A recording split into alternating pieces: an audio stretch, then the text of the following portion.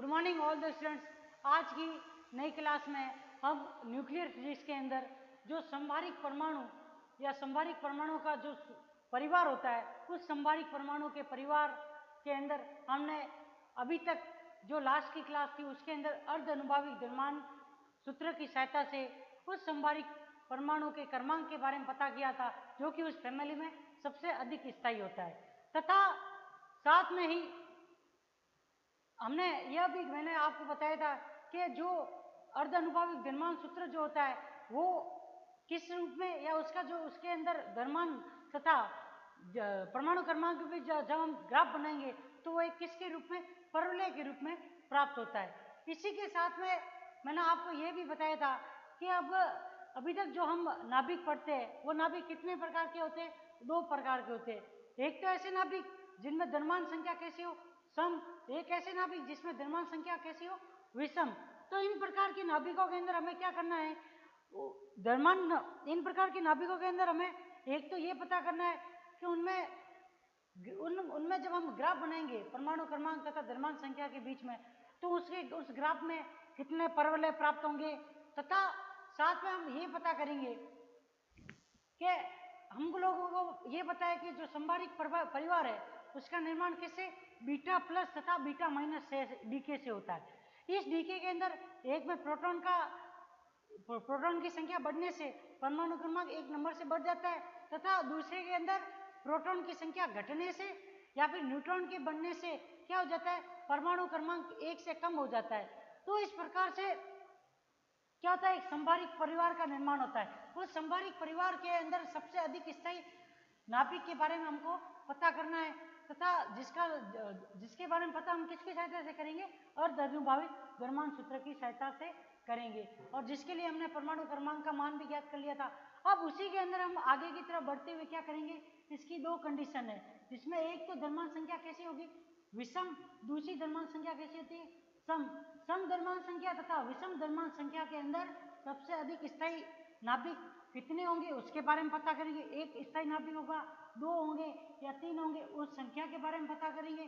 तथा साथ में हम क्या पता करेंगे कि इन स्थायी नाभिकों में से जो बीटा प्लस तथा बीटा माइनस से निर्मित हुए, इन बीटा प्लस तथा बीटा माइनस के अंदर सबसे स्थायी नाभिक के द्रव्यमान का क्या सूत्र होगा, तथा बीटा प्लस तथा बीटा माइनस के दौरान अभिक्रिया के दौरान इन नाभिकों के अंदर एनर्जी का कितना उत्सर्जन हुआ, उसके लिए क्या सूत्र होगा, उसके बारे में भी हम आज की क्लास में पता करेंगे।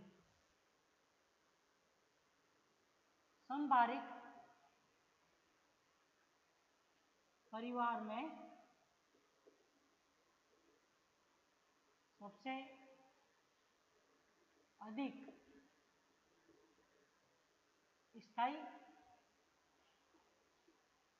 संभारिक नाभिक।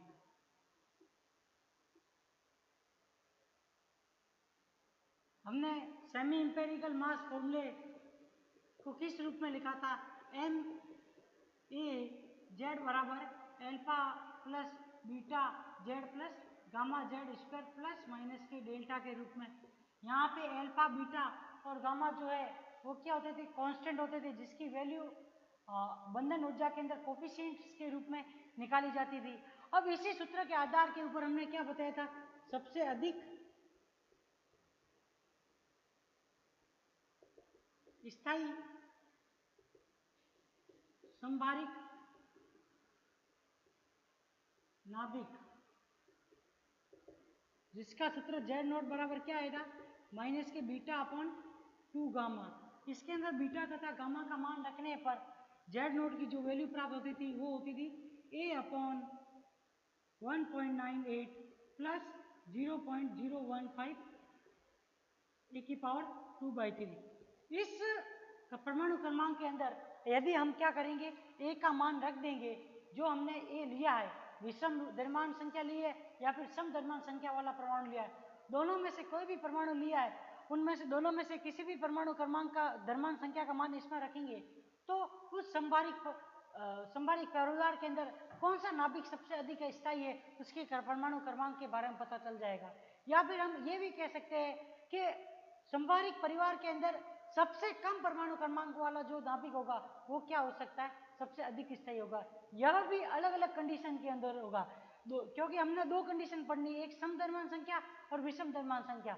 इसमें भी ये जो सबसे कम परमाणु क्रमांक वाला द्रव्यमान होगा वो भी कौन सी दोनों कंडीशन में लागू होगा या नहीं होगा, वो तो हम दोनों कंडीशन पढ़ेंगे तब हमें पता चल जाएगा। तो इसके अंदर मैंने आपको कितनी दो कंडीशन के बारे में बताया था। एक तो कैसी, कौन सी कंडीशन जिसके अंदर कैसी हो, विषम द्रव्यमान संख्या का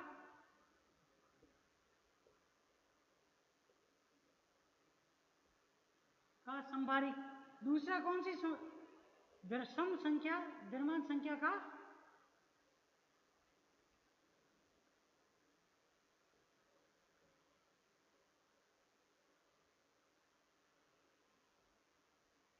अब यहां पे देखें हम तो टोटल कितनी इक्वेशन बनती है, दो। एक तो किसमें माइनस के डेल्टा के रूप में और एक कितने प्लस के डेल्टा के रूप में। इसका मतलब ये है कि एक में तो क्या हो जाएगा, द्रव्यमान जेड के साथ में घटेगा क्योंकि डेल्टा का मान माइनस होने की वजह से द्रव्यमान घट जाएगा, और दूसरे कंडीशन में क्या है, प्लस होने के कारण, डेल्टा का मान प्लस होने के कारण द्रव्यमान संख्या के अंदर क्या हो जाएगा, द्रव्यमान का मान बढ़ जाएगा। तो उस कंडीशन के अंदर जिस समय डेल्टा का मान जीरो नहीं होगा उस समय टोटली दो परवलय मिलेंगे, लेकिन जिस समय डेल्टा का मान जीरो होगा उस समय ओनली एक इक्वेशन होगी। तो उस वजह से जब हम द्रव्यमान संख्या तथा परमाणु क्रमांक के बीच में ग्राफ बनाएंगे तो टोटल एक इक्वेशन के कारण इस इक्वेशन से ओनली ग्राफ के अंदर एक ही परवलय प्राप्त होगा, और इस एक परवलय के अंदर कितने नाभिक स्थायी होंगे वो तो हम इसकी कंडीशन पढ़ेंगे, उस आधार के ऊपर हमें पता चल जाएगा। तो सबसे पहले कंडीशन हम कौन सी लेंगे,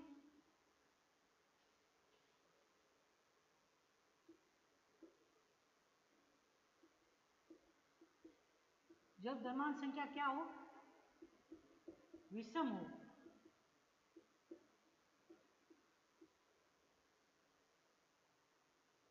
तो नाभिक कितने रूप में हो सकता है, नाभिक दो रूप में होगा, जिसमें प्रोटॉन और न्यूट्रॉन क्या हो जाएंगे, इवन ऑड या फिर ऑड इवन। दो प्रकार के नाभिक, टोटली कितने, दो प्रकार के नाभिक, जिसमें एक बार तो क्या हो जाएंगे, प्रोटॉन की संख्या सब में, न्यूट्रॉन की संख्या विषम में। दूसरी बार ये हो सकता है कि प्रोटॉन की संख्या विषम हो तथा न्यूट्रॉन की संख्या सम हो। तो इस प्रकार से जो विषम द्रव्यमान संख्या वाले नाभिक होते हैं उसमें कितने होंगे, दो प्रकार के नाभिक होते हैं। इन दो प्रकार के नाभिकों से जब हमने अर्धनुभाविक द्रव्यमान सूत्र निकाला था तो उस कंडीशन के अंदर जो युग्मन ऊर्जा थी वो क्या थी, मध्यवर्ती स्थायी नाभिक की ऊर्जा के बराबर आती थी, और उस कंडीशन के अंदर युग्मन बंधन ऊर्जा जिसे हम किससे प्रदर्शित करते थे, डेल्टा को, और उसका मान क्या होता था, जीरो के बराबर। तो डेल्टा बराबर जीरो है तो इक्वेशन नंबर ए से क्या हो जाएगा, परमाणु का द्रव्यमान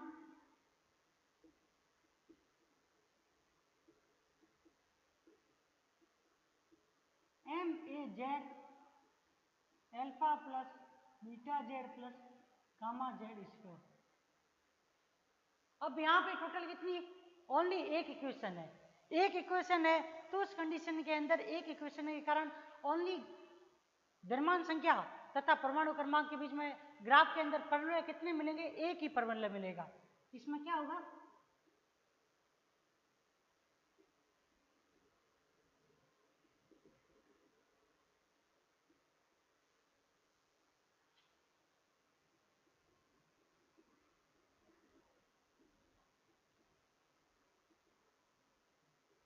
ग्राफ में एक परवलय प्राप्त होगा, जिसका कारण क्या है कि इसके अंदर हमें समीकरण कितनी मिली है, ओनली एक समीकरण मिली है। अगर यहाँ पर दो समीकरण होती तो उस समय जेड, एक ही जेड के लिए या फिर हम ये कह सकते हैं एक ही परमाणु क्रमांक के लिए हमें टोटल कितने ग्राफ मिलते, दो ग्राफ मिलते।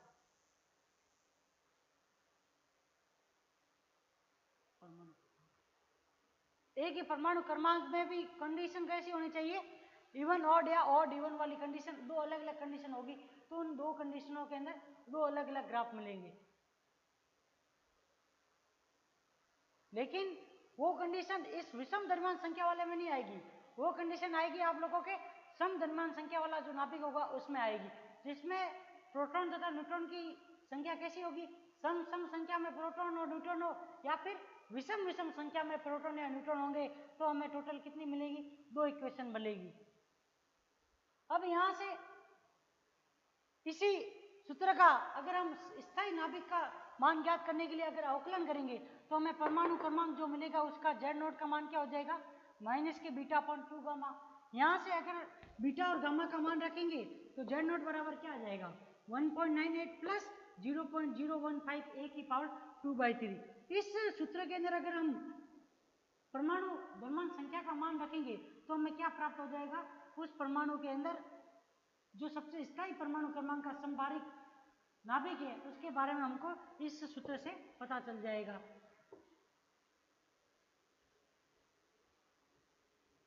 अब हम द्रव्यमान संख्या तथा द्रव्यमान नाभिक के द्रव्यमान तथा परमाणु क्रमांक जेड के बीच में ग्राफ खींचे।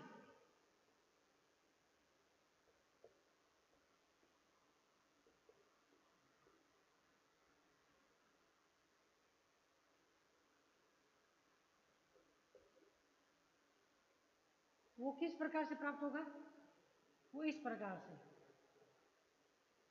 और यहाँ पे इसमें बॉटम में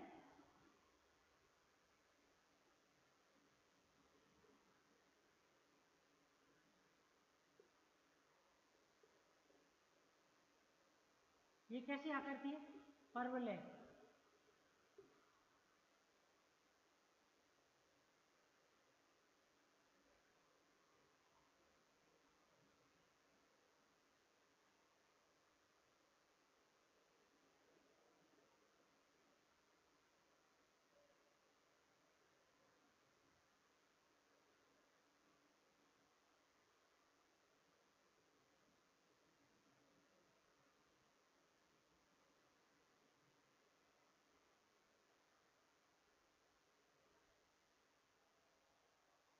जेड नोट प्लस 1 और जेड नोट माइनस 1, यहाँ पे इन दो कंडीशन के अंदर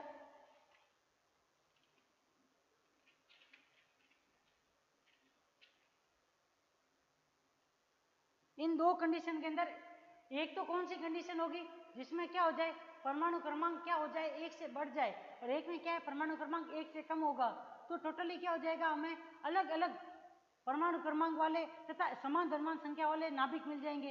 उन नाभिकों का क्या है, द्रव्यमान संख्या समान है पर परमाणु क्रमांक अलग अलग होने के कारण उन्हें कैसे बोलते हैं, समभारिक परिवार के समूह बोलते हैं। उन समभारिक परिवारों के समूह के अंदर जो सबसे मध्य वाला परमाणु होता है, जिसके अंदर द्रव्यमान संख्या कैसी विषम है, वो नाभिक जो होता है वो सबसे अधिक स्थायी नाभिक होता है, जो कि किससे, जेड नोट, जिसका सूत्र क्या है, माइनस की बीटा अपॉन 2 गामा से प्राप्त हो जाएगा।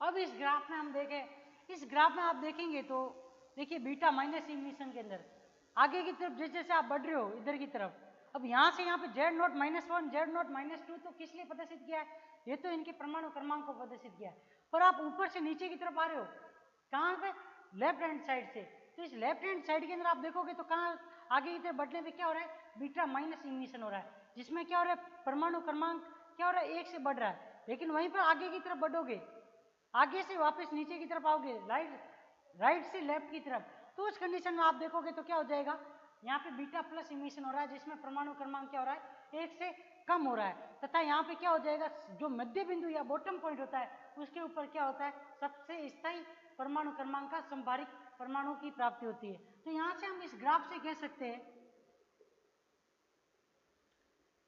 परवलय के न्यूनतम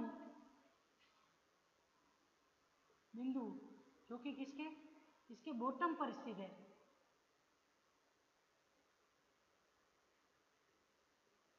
पर सबसे अधिक स्थायी नाभिक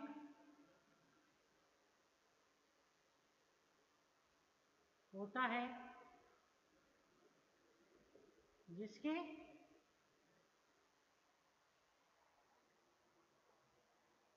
दाएं लेफ्ट साइड में बीटा माइनस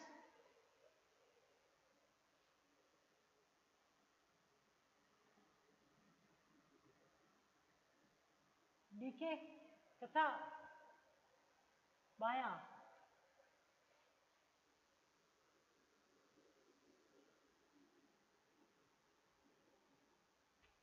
राइट में क्या हो जाएगा,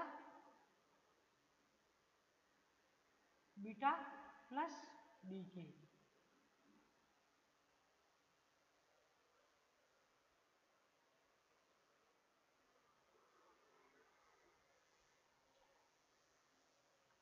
सॉरी, यहाँ पे एक गलती होगी, यहाँ पे ये बाया साइड है और ये दाया।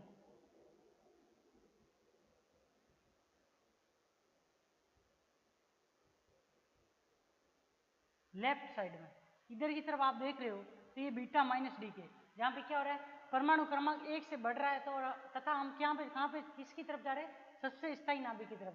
वहीं पर हम दाएं साइड की तरफ देखेंगे तो आगे की तरफ बढ़ने के बाद में हमें क्या हो रहा है, स्थायी नाभिक से हम आगे की तरफ बढ़ेंगे तो हमें क्या हो रहा है, परमाणु क्रमांक क्या हो रहा है, 1 से कम हो रहा है इधर की तरफ। आगे यहाँ से वापस परमाणु क्रमांक की तरफ आएंगे।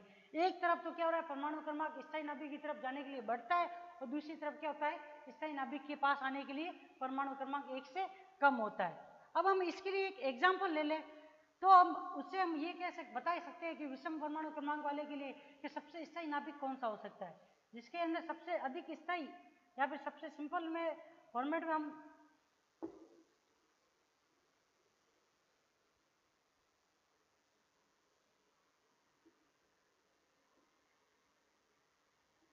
एग्जाम्पल के रूप में हम ले सकते हैं A65, जिससे जेड नोड का मान कितना आता है,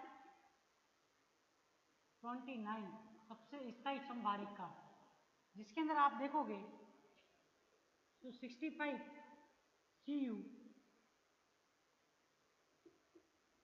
29, 28 निकल 65 तथा 27 कोबाल्ट 65 और उसके बाद में 13 जिंक 65 तथा 31 गैलियम 65।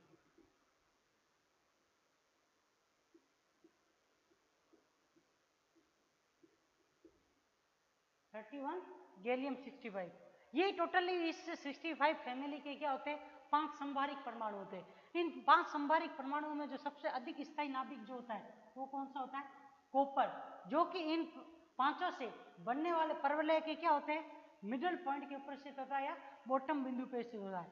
तो हम कह सकते हैं यहाँ पे क्या होगा, कॉपर, यहाँ पे जिंक, यहाँ पे गैलियम, यहाँ पर निकल और यहाँ पे क्या हो जाएगा, कोबाल्ट। ये जो परवलय के अंदर ये पांचों नाभिक है, इनके मिडल पॉइंट के ऊपर कौन सा है, कॉपर है।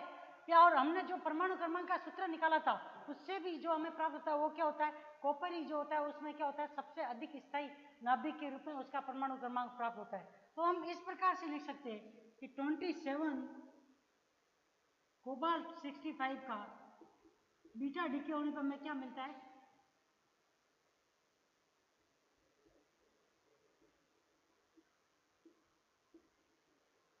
28 निकल 65। अब इसका आगे एक बार और बीटा माइनस डीके होगा तो हमें सबसे स्थायी नाभिक कौन सा मिल जाएगा, 29 कॉपर 65। इसी प्रकार से अगर हम क्या करें, 31 गैलियम 65 का क्या करेंगे, बीटा प्लस डीके करेंगे तो हमें किसकी प्राप्ति होती है, 13 जिंक 65 की, जिसका आगे एक बार और बीटा प्लस डीके करने पर सबसे स्थायी नाभिक कॉपर 65 की प्राप्ति हो जाती है। ये जो है वो इस परवलय के अंदर जो बीटा माइनस या बीटा प्लस डीके जो होता है उससे सबसे स्थायी नाभिक के पास किस प्रकार से पहुंचते या फिर कितनी बार बीटा डीके होता है उन नाभिकों का, जिससे हमें क्या मिलता है, सबसे अधिक स्थायी नाभिक मिलता है, वो इस प्रकार से इस ग्राफ के अंदर पता चल जाएगा। जिसके अंदर हम क्या देख रहे हैं, 5 नाभिकों के संभारिक समूह या संभारिक परिवार को देख रहे हैं, जिसमें सबसे अधिक स्थायी नाभिक कौन सा है?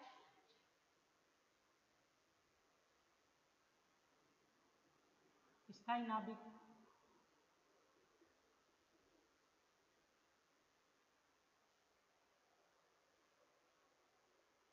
अब हम इन्हीं स्थायी नाभिकों में से इन स्थायी नाभिकों के द्रव्यमान के बारे में पता करना चाहे तो उसका क्या सूत्र होगा, तथा द्रव्यमान के साथ में अगर हम इन्हीं स्थायी नाभिकों के अंदर से जो बीटा प्लस तथा बीटा माइनस के कारण जो ऊर्जा उत्सर्जित होती है उसका भी सूत्र हम ज्ञात कर सकते हैं।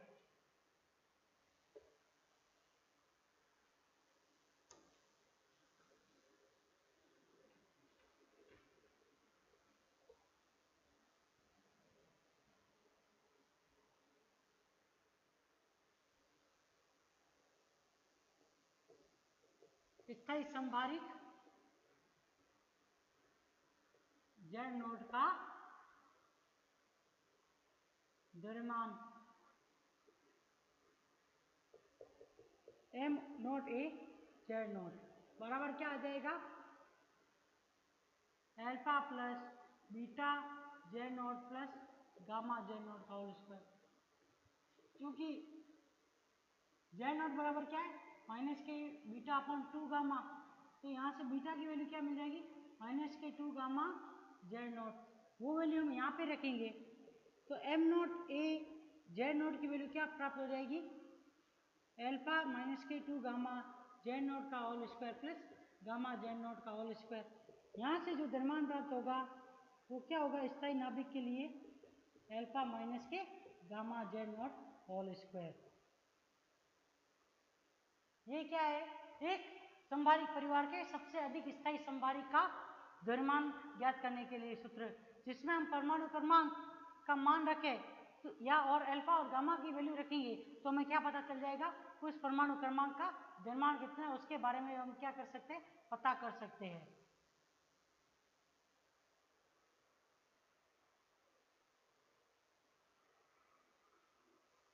यहां से हमको इन नाभिकों के बारे में तो पता चल गया। अब अगर मान लो कि अभिक्रिया जो हो रही है जिसके द्वारा कोई संभारिक परिवार मिल रहा है जिसके अंदर हम देख रहे हैं कौन से उत्सर्जन होते हैं? बीटा तथा बीटा माइनस, दो प्रकार के डीके होते हैं। तो इस बीटा प्लस तथा बीटा माइनस डीके के अंदर उस परमाणु के अंदर क्या होगी? एनर्जी भी उत्सर्जित होगी। तो उस एनर्जी का सूत्र ज्ञात करने के लिए हम क्या करेंगे?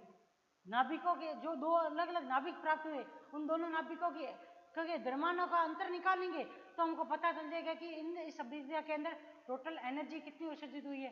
तो सबसे पहले तो हम क्या कर लेते हैं? एक स्थायी नाभिक तथा जो इसी समूह के अंदर जो अन्य नाभिक होगा उन दोनों के द्रव्यमानों का अंतर निकाल लेंगे तो उसकी सहायता से हम बीटा प्लस तथा बीटा माइनस से दोनों के अंदर क्या कर सकते हैं? हम उत्सर्जित एनर्जी का मान भी ज्ञात कर सकते हैं। अतः स्थायी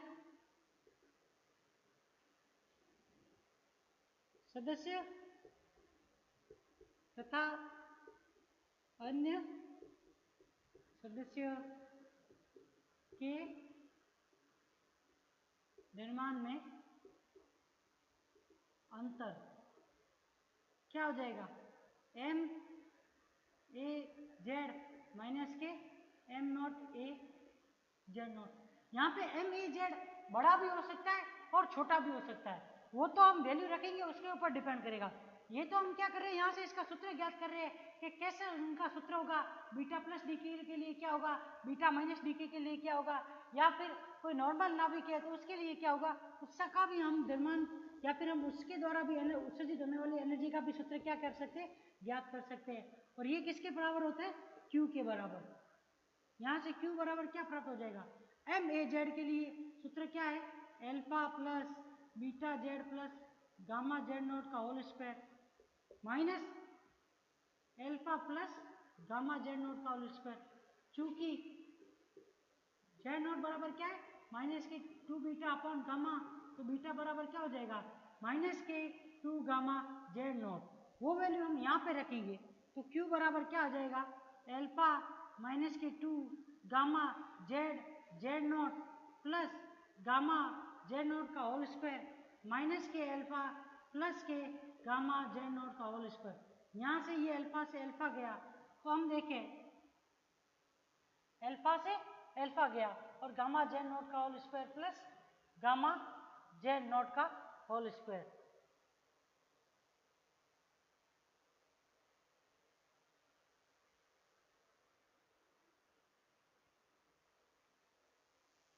इधर देखिए आप, यहां से अब तीनों में से क्या है, गामा कॉमन आ रहा है, अंदर क्या बचा, जेड का होल स्क्वायर प्लस, या फिर ये कह सकते प्लस जेड नॉट का होल स्क्वायर माइनस के 2 जेड जेड नॉट। तो यहां से जो फॉर्मूला प्राप्त होगा एनर्जी का वो क्या हो जाएगा, Q बराबर gamma Z minus Z naught का होल स्क्वायर। ये फॉर्मूला जो है वो क्या है, स्थायी नाभिक तथा उसी संभारिक परमाणु या द्रव्यमान संख्या वाले नाभिक के अंदर दूसरा अगर कोई सदस्य है तो उन दोनों के सदस्यों के बीच में या इन दोनों सदस्यों की वजह से जो संभारिक परिवार बना है, तो इन संभारिक परिवार के अंदर जो एनर्जी उत्सर्जित हुई दो नाभिकों के बीच में अंतर के कारण परमाणु क्रमांक के, वो एनर्जी Q बराबर क्या हो जाएगी, गामा कोष्टक जेड माइनस जेड नॉट का होल स्क्वायर। अब इसी सूत्र के साथ में आगे की तरफ हम क्या कर सकते हैं, बीटा प्लस तथा बीटा माइनस डी के दोनों के लिए जो एनर्जी उत्सर्जित होगी उसका सूत्र भी हम क्या कर सकते हैं, ज्ञात कर सकते हैं।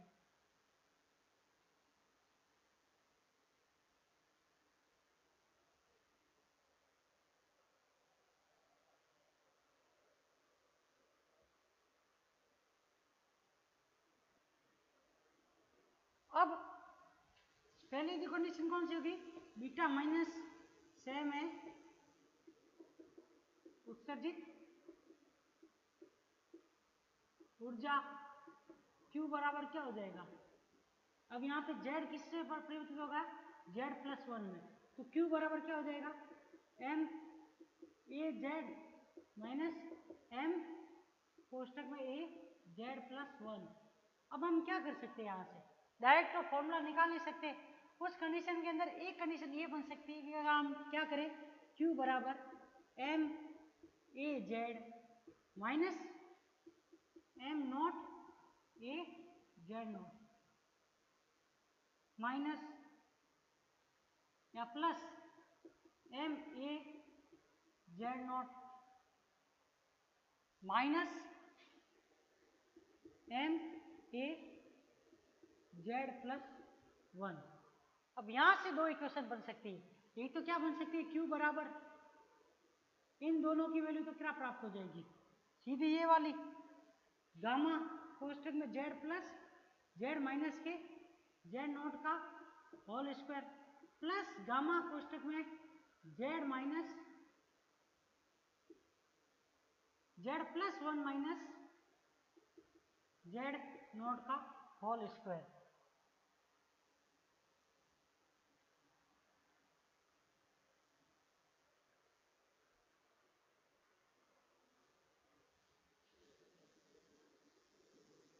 इसका जब आगे की तरफ सॉल्यूशन करेंगे तो जो वैल्यू आएगी वो लगभग 2 gamma Z naught minus K Z minus 1/2 के करीब आती है कैलकुलेशन करने के बाद।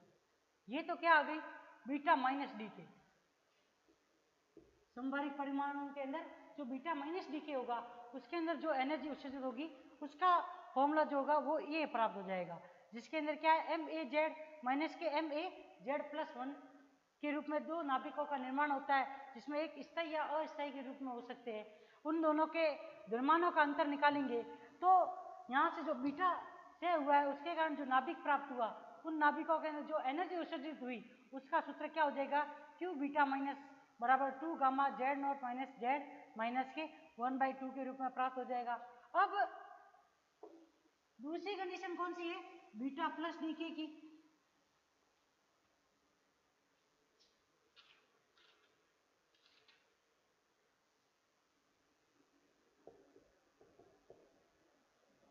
बीटा प्लस डी के में क्या हो जाएगा, जेड क्या हो जाएगा, जेड माइनस के 1। तो यहां से Q बराबर क्या आ जाएगा, M A Z minus K M A कोष्टक में जेड माइनस के 1।